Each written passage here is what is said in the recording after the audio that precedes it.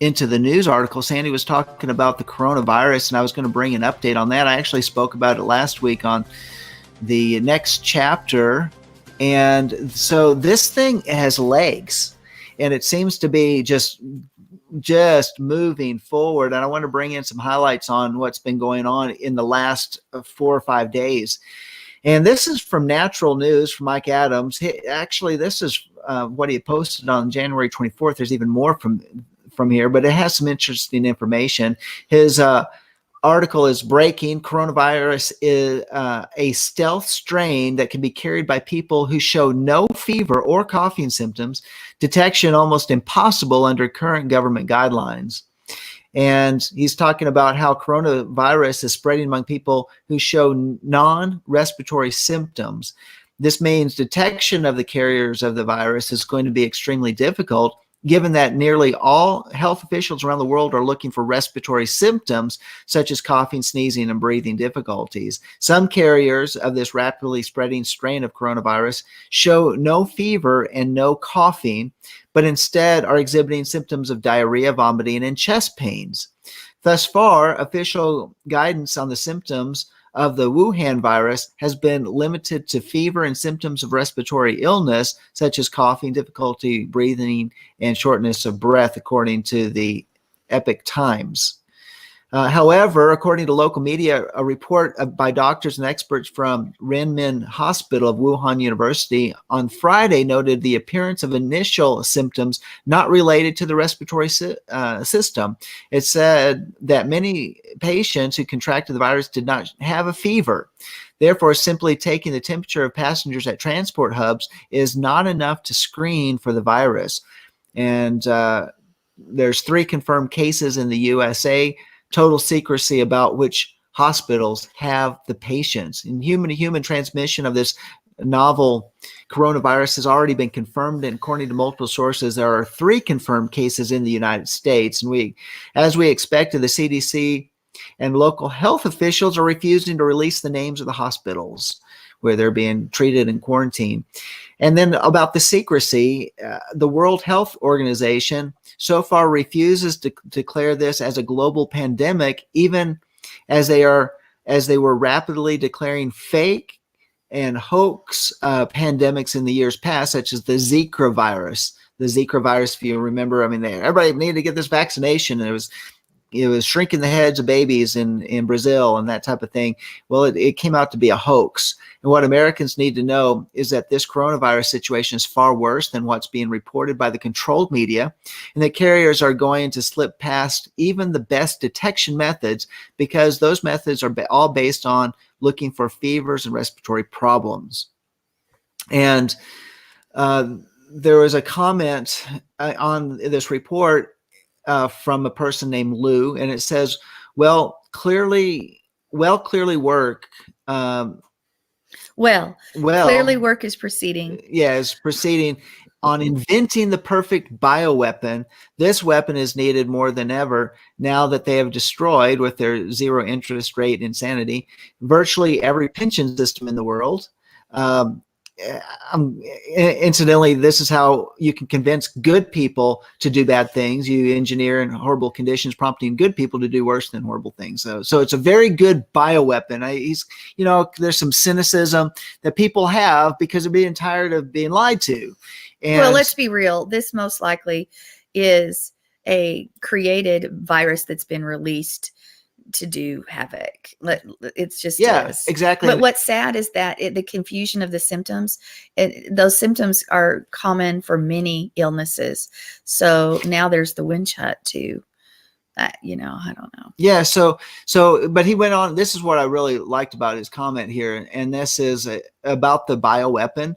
Is bioweapons are air transmittable. They're viable outside the human body. Now, what they're finding is that this thing can be viable for 14 days. So if someone with the virus touches a doorknob, it can sit on that doorknob for 14 days. So it can be transmitted multiple times. You think about, grabbing the handles of a shopping cart or something when you go to the grocery store.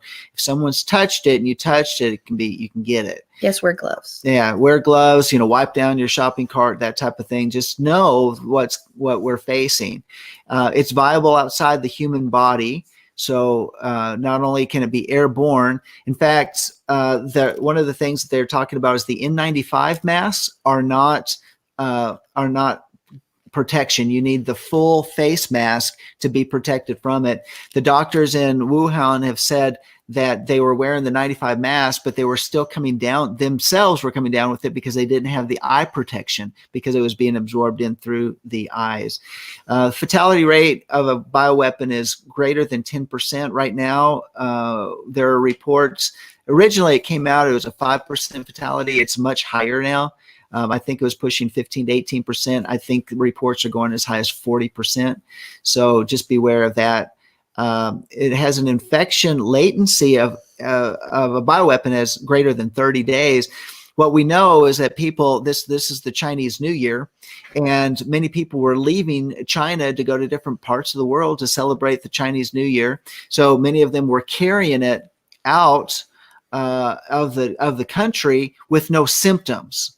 And so, they arrive into another place, for example, into, Seattle, Washington, or Los Angeles, California, or San Francisco, which are big hubs for Chinese populations in the United States, and they have no symptoms, but then they come in and they're carriers. They are carriers even when they're symptom free. So the chance of this thing spreading is people don't know where it's at. And then the latency of, it might be 6 days before you even start showing any symptoms is very much a concern.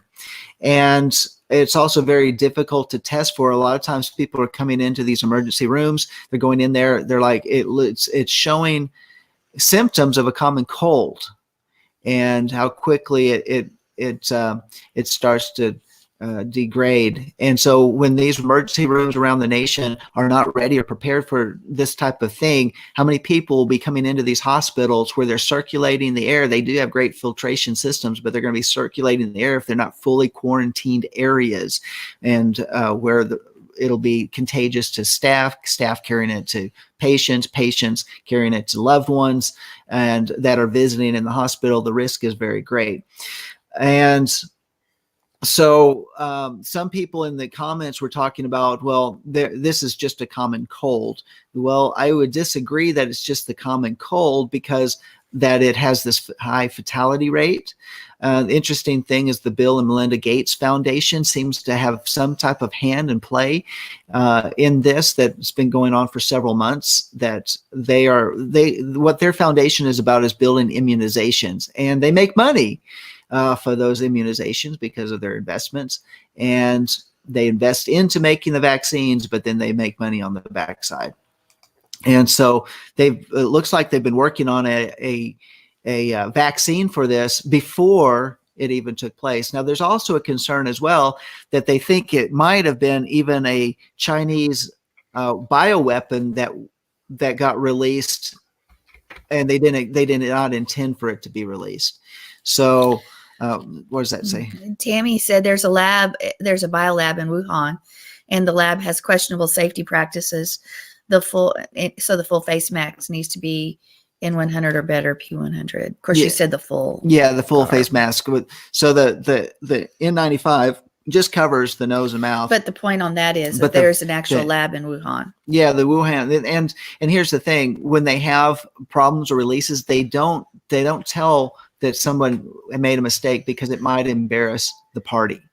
And that would be the Communist Party. They don't want to embarrass the establishment. That is dishonorable. So they don't let mistakes known. And so that's another problem that culturally adds and contributes to the situation. China is out of their masks, and they're actually coming to the United States, buying up as many N95 masks as they possibly can, and hazmat suits. And with that said, I wanted to bring in just a couple comments from Chinese themselves in Wuhan. And one is this: to all fighting colleagues, the current social order in Wuhan is on the verge of collapsing. Some infected patients have started attacking hospital staffs in desperation. If anyone has any way to inform or contact higher up, my suggestion is to send in military to maintain hospital and social orders. Please help. I will take responsibility for the information I'm sharing. And then here's another plea from a person that says, I'm begging everyone to please help citizens of Wuhan. I'm a nurse. My husband has been infected. What's been reported by news is completely different from what's really happening. My husband has had fever for 8 days without improvement. CT scan is showing noticeable infection of lungs. In the past 8 days, I've tried every possible connection I have across all Wuhan hospitals colleagues, but no one will admit my husband. Higher up informed all doctors to deny acceptance of patients in the hospital, denied testing for the virus, denied confirmation of patients who have been infected. So it's being underreported, in other words. And so it just goes on like this. There was another report about a lady who contracted it. She could not get any medical help, and she jumped off her balcony and committed suicide because of it. Another one said, talks about a person who yesterday alone transported 50 corpses going from hospital to hospital to collect bodies. And they just, dead bodies are just being left in the beds. And so these are just the people in Wuhan, and there's 13 other cities that are showing infection. 3 major cities, maybe 4 by now, have been completely locked down. That they've even dumped dirt in the roadways to prevent people from coming in or going out to driving. So it's making people have to leave by foot. Of course, they're hungry and they're starving. The grocery stores are empty. It's in a meltdown state right now. If it affects the ports, then shipments leaving China will come to an end, come to a stop, because they'll shut down the ports. 25% of all employees are being affected right now. In other words, their workforce is down 25%. So these are just some concerns. It's a really, really big deal, not to fearmonger, but this is something that we as believers need to be a light. We talked about light in the Torah portion. And so I want to bring it back around so we can talk about and have some discussion. While we're talking about that, I did forget this. If you would like to call in and make a comment on anything that we're talking about, we do have a phone number. And that phone number is 405-293-3270. So if you want to call us, and if you've got a comment, you want to make some comments about this Torah portion or the news article, we'd love to hear from you. We just put that number in the chat room, and you can give us a call. So I want to go to, Sandi, do you have a thought before we go to Mark? What do you say? It's just no. What do you think about this whole ideal? And Mark, maybe I'll throw it this way to you.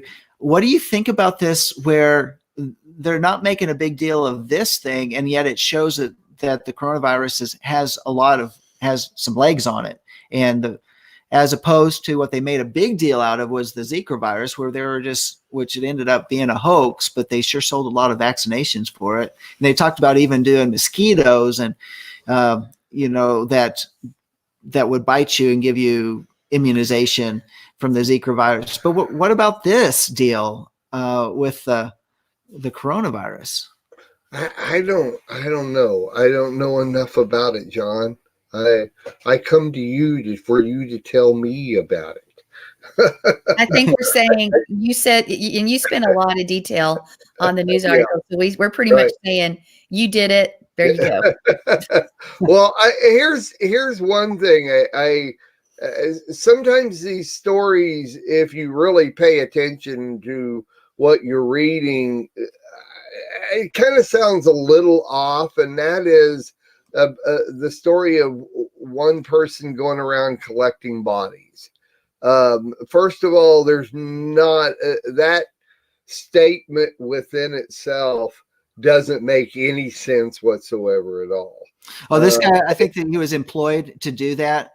And it's basically like on a Chinese Facebook page is where these things are getting taken from. So, and I have an article where I got this from. So I get it. It's just, you got to understand. I mean, if you're a rational person and you hear that one statement, it's almost like you're watching a movie that is is made up, because in the first place, you got 50 bodies. Every one of those bodies have got family, friends. You don't just drive around to hospitals. Hey, load up the bodies in the back of a truck and you Bring go out drive down the road. You're dead. But no, but in reality, if something massive like that is hitting the families, nobody wants to get around the bodies. The bodies have to be I know, I get it. So the families in mass things like that, they don't do anything with families. They collect bodies and burn them. In this and other things, they don't have family contact. It's a mass disposal. So in that case, they would have somebody going around and collecting as many as they can, dumping them in a hole and burning them. So anyway, well, that was a whole lot more information than the one line that I got out of there. And yeah, I took one line out of his comment, and I get it. I understand. I'm just saying, I hear stuff like that, and my brain goes into like movie mode or something, and I'm able to distinguish the difference between a movie and real life. Even movies made about real life, a lot of times I'm watching and I'm going, how close was that? Well, and the seriousness of it is that these there was some other comments that I read. It's in this article. It's over at the HalTurnerRadioshow.com is where I got it.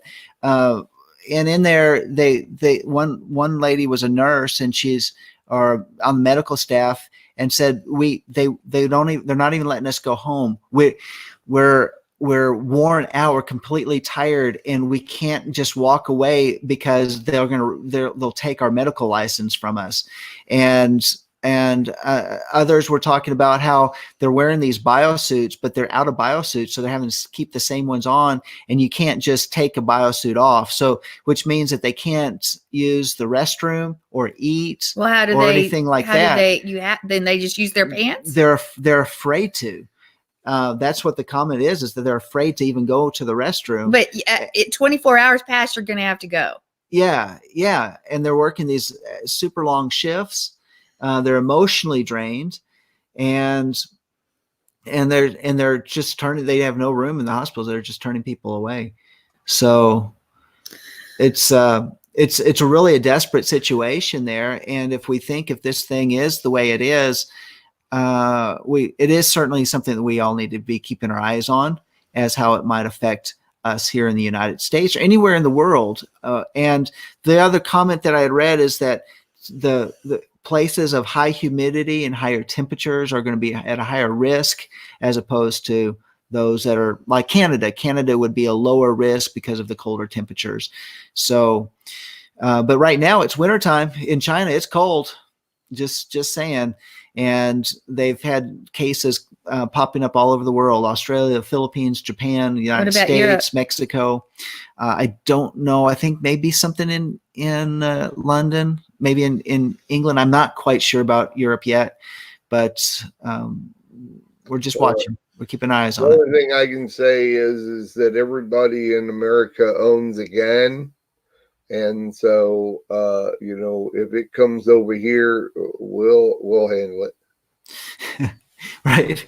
Well, and this is something too, is to be prepared for, is that they could call a medical martial law, which says it could get so bad where they tell us no one to leave their home and it might be last exactly 2 weeks to 4 weeks. So you want to just make sure that you've got some food and water and preparation so that you can, wait it out. So, and of course, the other concern is the effect on the economy. You shut down the economy, you shut down commerce, the moving of the trucks in and out of cities to bring foods. I mean, there's just all sorts of potential. The societal breakdown, and that's what they're experiencing there in Wuhan. So just some things I just think is very important for us to know and talk about, be aware, and to be a light. We need to be a light and make people aware of these things too.